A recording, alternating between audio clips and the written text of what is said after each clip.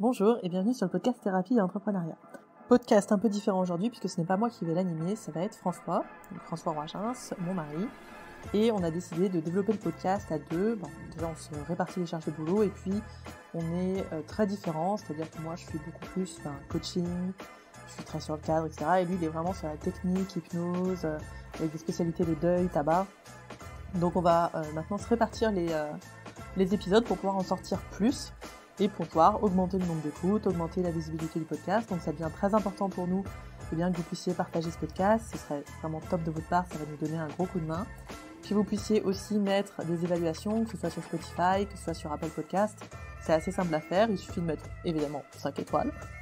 Et puis ensuite de le partager autour de vous à des gens que ça pourrait aider ou que ça pourrait intéresser. D'avance, merci beaucoup pour ça et je vous souhaite une bonne écoute.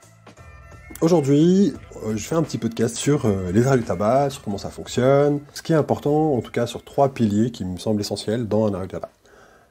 Et pour ça, j'ai envie de vous partager une expérience qui est comment moi j'ai arrêté de fumer avec l'hypnose il y a maintenant 10 ans, 11 ans, quelque chose comme ça. Parce que je me rends compte à quel point ce mec-là, Anthony Laroche, il est sur Paris, il a touché quelque chose chez moi, il a marqué quelque chose dans ma pratique, parce qu'à l'époque, moi, je connaissais rien du tout à l'hypnose, c'était pas du tout même un sujet qui m'intéressait.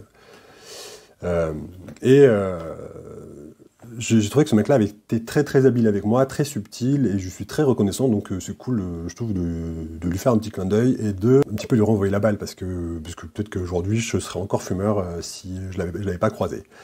En fait, ça se passe comme ça. Il y a 12 ans, moi, je viens d'arrêter le cannabis. J'ai été un gros consommateur et ça fait 6 mois que j'ai arrêté le cannabis et ça se passe plutôt bien. Je suis plutôt cool et je fais des stages en développement personnel, je me chère. Et je devais descendre vers Avignon, je crois, un truc comme ça. Et on me dit, est-ce que tu peux prendre telle personne au passage? C'était le fameux Anthony.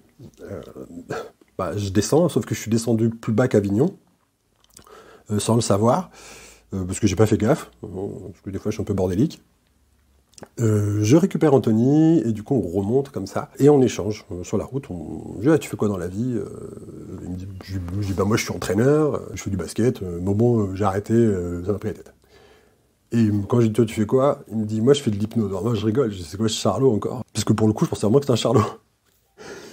Et on sympathise, on passe une semaine ensemble et moi je fume à l'époque comme un pompier, c'est-à-dire que je fume facilement un paquet et demi par jour. Pendant ce stage on discute et il me dit mais t'as conscience de ce que ça te fait dans ton corps et tout ça? Je lui dis ouais mais bon, tu sais moi, je vais faire un arrêt cardiaque, un AVC, voilà, faut bien mourir de quelque chose gars, c'est pas grave. Et comme ça j'ai remarqué que toute la semaine, cette espèce de filou, il me calait des suggestions. Il me calait des tonnes de suggestions. Dans l'absolu, je l'ai pas vu venir, en fait, mais j'ai trouvé ça plutôt intelligent de sa part, parce qu'il a jamais rien forcé. Un jour dans la semaine, il me dit, écoute, monte à Paris. Monte à Paris, tu viens, on fait une séance, t'arrêtes de fumer. Moi, je dis, écoute, t'es gentil, mais bon, moi, je sais ce qui va m'arriver, c'est pas grave, quoi. J'avais déjà essayé d'arrêter de fumer plusieurs fois avant, j'ai essayé les patchs, j'ai essayé l'acupuncture, ça avait plutôt bien marché l'acupuncture. Pendant 3-4 mois, j'étais content d'avoir arrêté de fumer, mais j'avais repris, quoi. C'était pas pertinent, en tout cas, pour le coup, j'avais pas réussi à maintenir. À ce moment-là, on est au mois de septembre, et décembre, je l'appelle. Je dis, écoute, monte à Paris, fais-moi ton truc, là, et on va voir ce que ça donne. Très sincèrement, j'étais pas du tout motivé. Je me trouvais pas du tout motivé. Enfin, je pensais que j'étais pas motivé. J'affichais rien qui donnait une motivation. Si on m'avait demandé, François, sur une échelle de 0 à 10, ta motivation, elle est à combien?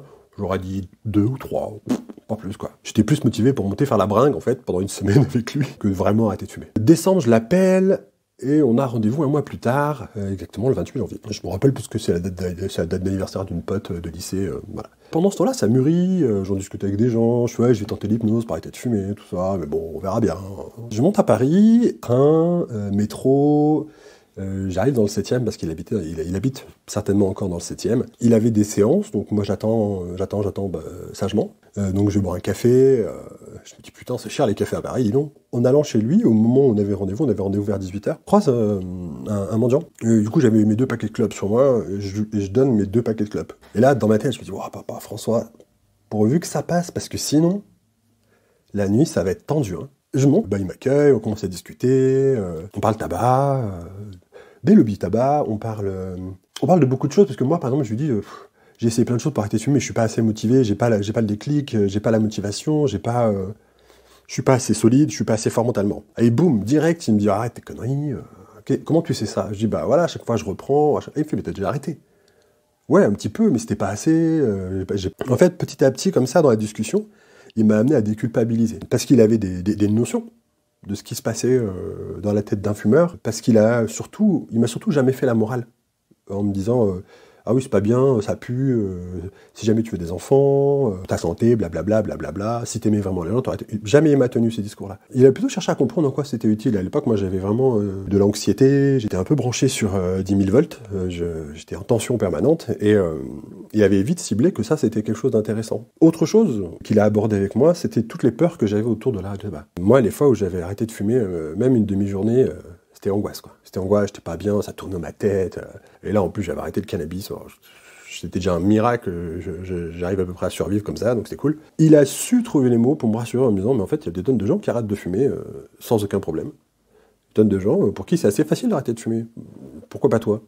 Cette question du pourquoi pas toi, moi je me suis dit, parce que moi je suis con, je suis pas capable de... Et petit à petit, il m'a amené comme ça par questionnement, il m'a amené des recadrages, il m'a amené un autre point de vue. Et c'est là où je l'ai trouvé vraiment très subtil.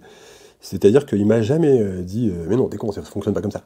Il a toujours questionné mes peurs, et puis il m'a toujours amené un point de vue différent par le questionnement. Et ça, j'avais trouvé ça top. Parce que maintenant, avec le recul, je me rends compte à quel point les recadrages sont souvent mal amenés, parce qu'ils parlent parfois plus de la posture d'autorité qu'on a envie d'avoir que de la volonté d'amener un autre point de vue. Donc ça, c'était important de voir comment il a réussi à me rassurer sur le fait que...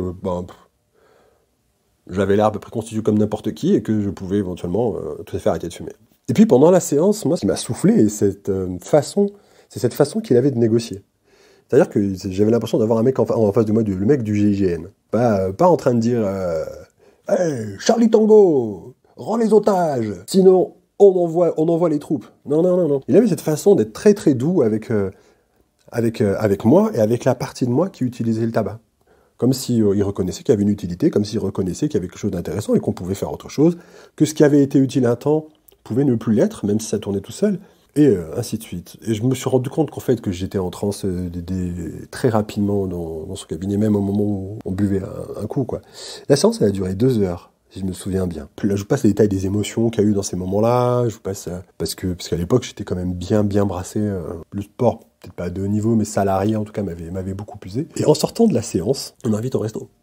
Viens, on va bouffer ensemble. Ok, on sort de la séance, moi ça faisait plus de 2 heures que j'ai pas fumé, j'y fais même pas attention. On va au resto, et là, on mange indien. Alors, tous les gens qui fument, en tout cas peut-être pas tous, mais moi de ce que je connais, quand on bouffe indien en général, on a bien envie de fumer à la fin. On fait indien, café, pinard, enfin la totale quoi. La totale au resto. En sortant, on marche comme ça, on marche tranquillement, on retourne à son appart, et au bout de 10 minutes de marche, il me dit t'as pas oublié un truc? Et là, dans ma tête, il se passe un espèce de... Je fais putain, j'ai oublié que j'avais envie de fumer.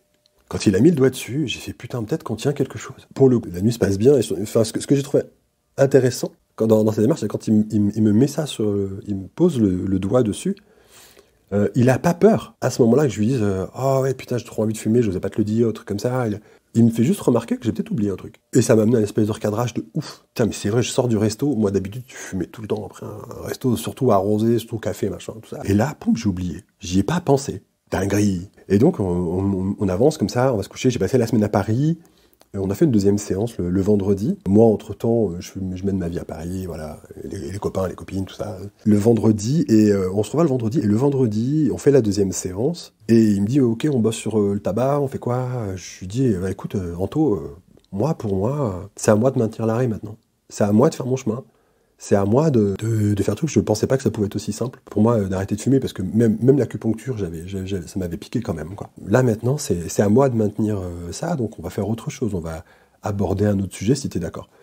Et du coup, on a abordé un autre sujet qui, maintenant avec le recul, était en lien avec le tabac, mais on a abordé un autre sujet. Et je dois reconnaître que ce mec-là a beaucoup influencé du coup ma démarche dans les arrêts du tabac, parce que après je me dis putain c'est top en fait ce truc, moi qui cherchais à accompagner des gens et tout, l'hypnose c'est vraiment cool pour ça, et du coup je me suis formé à l'hypnose, c'est là où j'ai fait tapis en fait avec ma rupture conventionnelle, je me suis formé à l'Arche, et vraiment dans cette idée-là d'accompagner les gens dans les arrêts du tabac.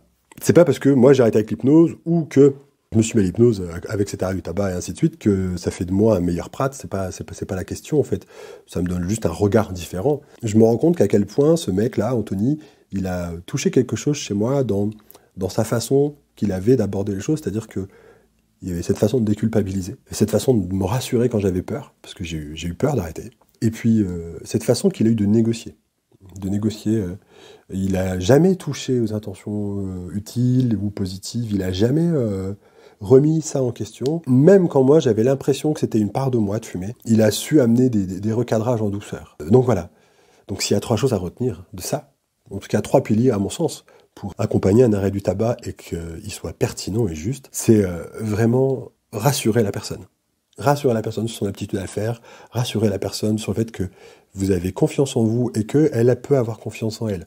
Je me rappelle, dans la semaine qu'on passe ensemble dans un stage en développement personnel, je lui dis ouais, si je viens te voir, il faut que j'arrête avant, que je fasse de l'acupuncture, comme ça. Et il m'a regardé, il m'a juste fait non de la tête. Ce non de la tête, il m'a envoyé un message de confiance en lui, qui m'a donné confiance en moi. C'est-à-dire qu'il avait tellement l'air sûr de lui. Il avait tellement l'air sûr de lui que du coup ça m'a fait du bien. Je ne sais pas s'il était vraiment sûr de lui, mais en tout cas il le jouait très très bien. Donc rassurer, déculpabiliser, vraiment très important, très très important, déculpabiliser. Le tabac est une vaste manipulation. Il y a plein de choses à lire là-dessus et à voir là-dessus. Et négocier en douceur. Laissez-nous un commentaire si vous avez aimé ce podcast, même si vous ne l'avez pas aimé, ça peut être super intéressant d'avoir vos avis. Partagez-le autant que possible, parce que je pense que ça peut être utile pour plein d'hypnos qui débutent, d'avoir peut-être une base, peut-être une piste de réflexion en tout cas, sur comment on pourrait mener des arrêts du tabac. Ok ? Et puis c'est déjà pas mal. Je vous dis à très bientôt pour un prochain podcast. Salut !